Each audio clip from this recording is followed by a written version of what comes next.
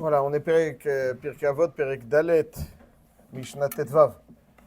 Rabbi Yanai Omer, En beyadenu lo mishalvat hareshaim ve'af lo misura tzadikim. L'un des thèmes qui a tourmenté beaucoup de grands aussi, c'est, selon l'interprétation première du Barthénoura dans la Mishnah, c'est Shalvat hareshaim, la quiétude dans laquelle se trouvent les reshaim, et Yisura tzadikim, et puis les souffrances des tzadikim. Comment est-il possible un rachat qui est tranquille et un tzadik qui est en train de souffrir?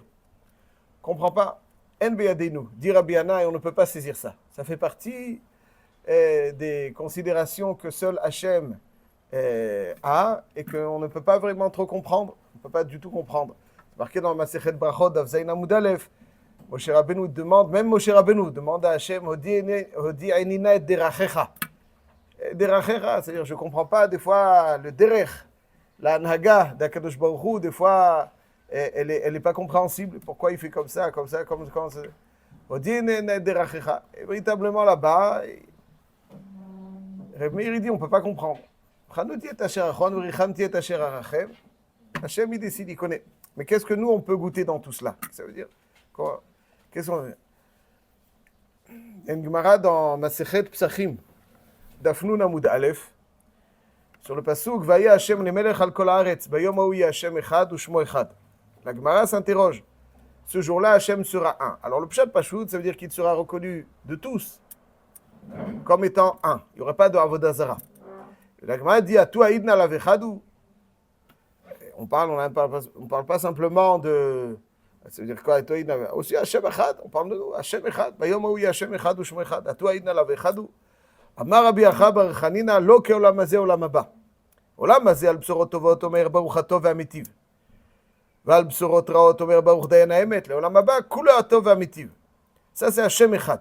Hashem Echad, ça veut dire que les Atid Lavo, on dira même sur les moins bonnes nouvelles, on dira, il n'y a pas marqué, il y a marqué que sur les bonnes nouvelles, Baolam Hazeh, Tov ve'amitiv, moins bonnes nouvelles, Khalila, Dayan Haemet, et dans le Olam Haba, il n'y aura que Tov ve'amitiv. Top, c'est idéal. Alors avant de poursuivre, on va poser la question qui est évidente. C'est-à-dire, Olam Haba, il n'y aura que des bonnes choses. Ce n'est pas une différence dans l'Olam Hazeh, Olam Haba, dans la bracha.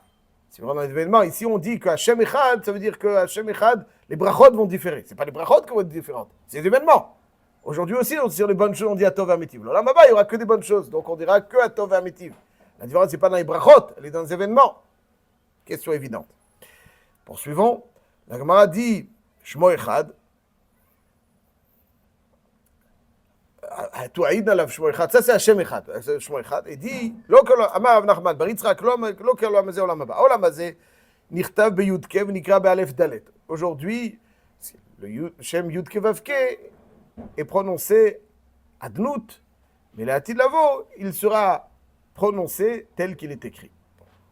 Juste goûtons, ça fait partie des secrets, mais goûtons un petit peu à cela. Alors, le Tzlach, le Noda Yehuda, donc dans son ouvrage à la chasse, qui s'appelle Tziyun Lenefesh Chaya, Tzlach Kol Tuv, dit comme ça, il pose la question, comment ça se fait qu'on fait la différence entre Olam Hazeh et Olam Haba dans la bracha, alors que ce n'est pas les brachot qui vont changer, c'est les événements qui vont changer. Il dit le Tzlach, Beshem Amagid, Magid, donc de la Keila de Brod, c'était une Keila très importante en Pologne, et qui s'appelle Rabbi Ephraim Reichar. Il dit comme ça. Il dit, il y a marqué dans Yeshaya, Odecha ki anaftabi. Odecha ki anaftabi. Je te suis reconnaissant pour les secousses. Il dit, parce que Me'elion lo tetzearot. Ce qu'il faut comprendre, c'est que nous, on fait un peu une confusion entre ce qui est bon et ce qui est doux. Entre ce qui est pour nous, ce qui est bon, c'est ce qui est doux. C'est quoi bon? Quelque chose de bon, quelque chose de doux. Mais c'est bon, c'est agréable. C'est bon, c'est agréable. Donc, ce qu'on considère comme étant bon, c'est agréable. Si c'est pas doux, c'est pas agréable, c'est pas bon. Aval, c'est faux. C'est faux. Ce qui est alvaï, que tout soit bon, tout soit doux. Mais il y a des choses qui sont bonnes et qui ne sont pas douces, Et donc il y a des choses aussi mauvaises, mais qui sont douces. Bon, même quelqu'un qui prend quelque chose d'amer pour guérir, pour se soigner, c'est bon. C'est doux? Non, mais c'est bon. Il dit que, mais Elion lotetzearot. D'Hachem, il n'y a rien de mauvais. Il n'y a rien de mauvais. En davara ma'akadosh baruch hu. Rien de mauvais dans le sens mauvais du terme. Ouais, mauvais. Fondamentalement mauvais. Il dit, va afilu apuranuot sheba adam. Même les secousses qu'un homme, Khalila, devrait subir dans sa vie. Enora, c'est pas du mauvais. Et la tova. C'est bon. Les akechoto. Un homme a besoin des fois d'être secoué, des fois. Nous, on souhaite que tout soit bon et doux.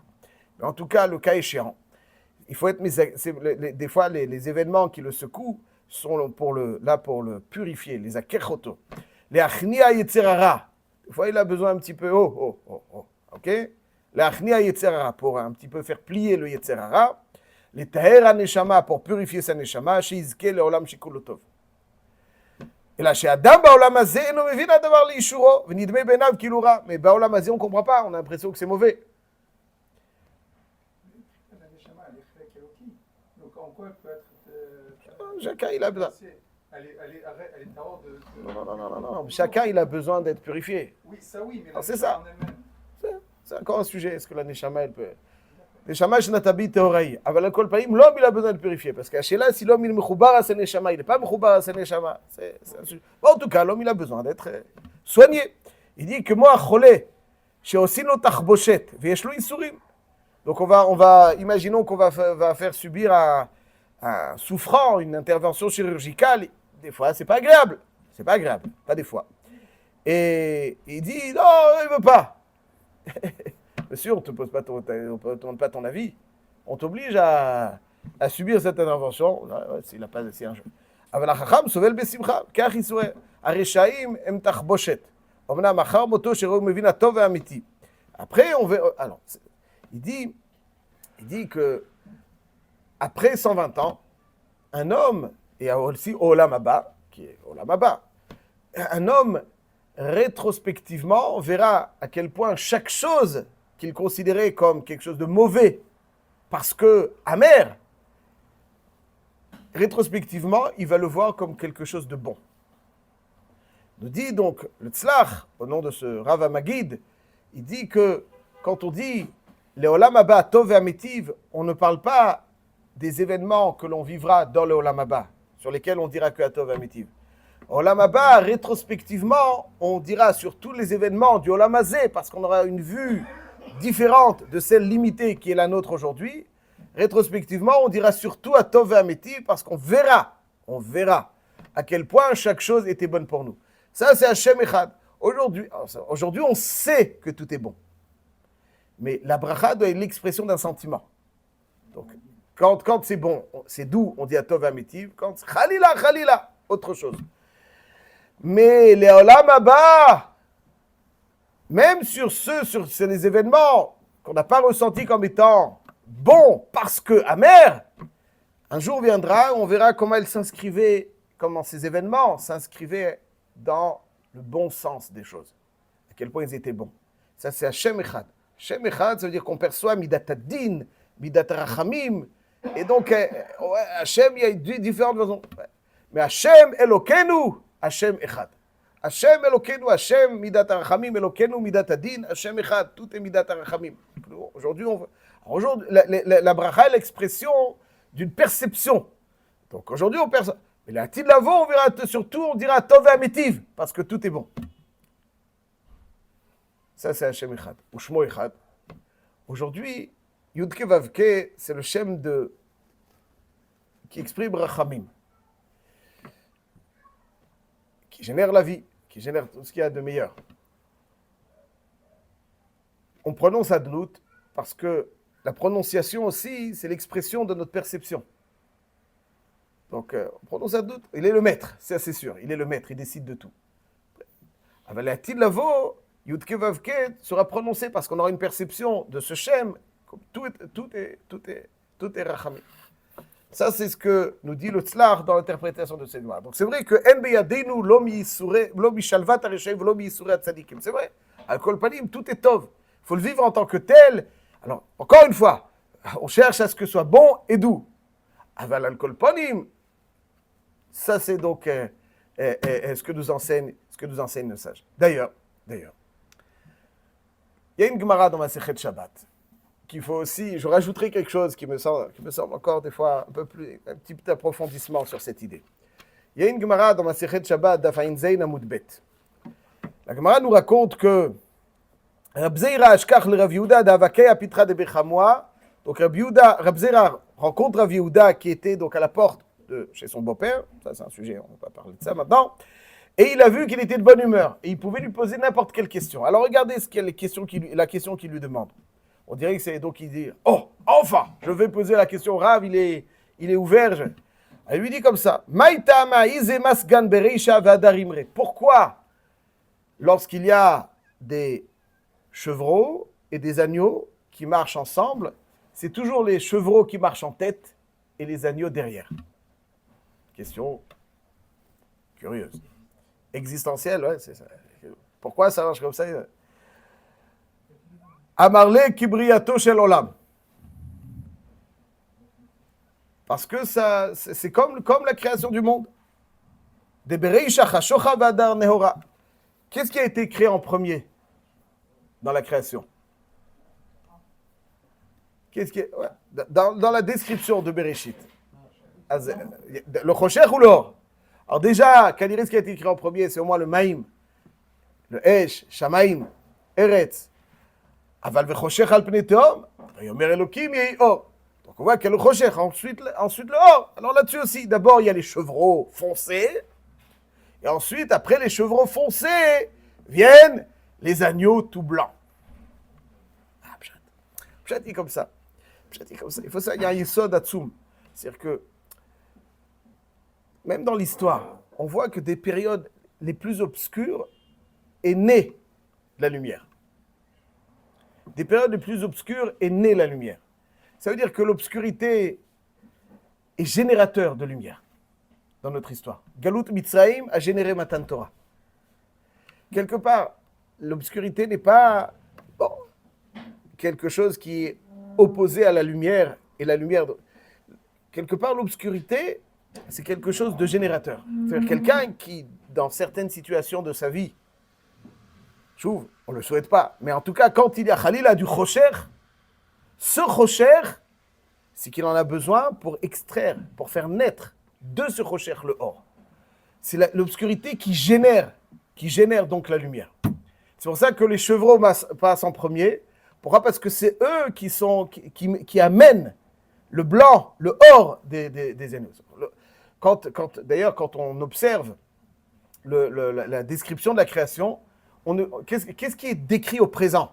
Qu'est-ce qui est décrit au présent? Comment la traduction, si on devait enseigner à l'école, au Heider, à des enfants, Bereshit bara Elokim, celui qui traduit au commencement, Hachem créa le ciel et la terre, c'est juste?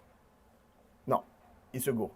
Bereshit bara Elokim, ça ne veut pas dire au commencement, deux petits points, Dieu créa le ciel et la terre. Comme Rashi le dit, c'est pas Dvarim pshutim veyeduim. Au début de la création du ciel et de la terre, alors qu'il y avait l'obscurité, Hachem a dit Yehi Or. C'est comme ça qu'il faut dire, ouais. On ne vient pas du tout dire l'ordre chronologique, puisque le ciel et la terre n'étaient pas dans la chronologie avant l'obscurité ou avant l'eau. Mais on vient dire, on vient décrire une situation, donc on vient décider un petit peu le contexte dans lequel la lumière est née. Donc la première description de la création au présent, c'est Vayomer Elokim Yehi Or. On ne décrit pas qu'Hachem a dit qu'il y ait les cieux. On ne décrit pas qu'Hachem dit qu'il y ait la terre. On ne décrit pas qu'Hachem a dit qu'il y ait l'eau. On ne décrit pas qu'Hachem a dit qu'il y ait l'obscurité. Non, tout ça, on dit, quand au début de la création, quand il y avait ça et ça et ça et ça, on ne décrit pas qu'Hachem les a créés, on constate. Là, qu'est-ce qu'on décrit? Yehi Or. Le parce que tout le Chocher, tout ce qui a été créé, c'est pour amener le or. Le or, c'est le or aganouz, un or exceptionnel. Ça, c'est donc de ce Chocher, vayi erev, vayi boker, de ce Chocher va naître donc le or Et c'est donc finalement pas simplement que le Rocher donc, s'oppose au Or, mais profondément, il est le générateur du Or. Quand il y a quelque chose qui est obscur, mais au fond de toute obscurité, à l'intérieur de toute obscurité, il y a quelque chose de lumineux qui n'existe que dans cette obscurité et qui va donc lui permettre d'apparaître. Ça, c'est un Tov Amétiv, même et Mafréa, parce que dans cette obscurité, il y a le Or. Et c'est pour ça que Rocher, le Vayomer Elohim est Or. Tout ça, le Rocher, c'est un moyen. Les chevreaux sont un moyen d'amener derrière eux donc tous les agneaux qui sont le blanc, qui sont le symbole de cette lumière.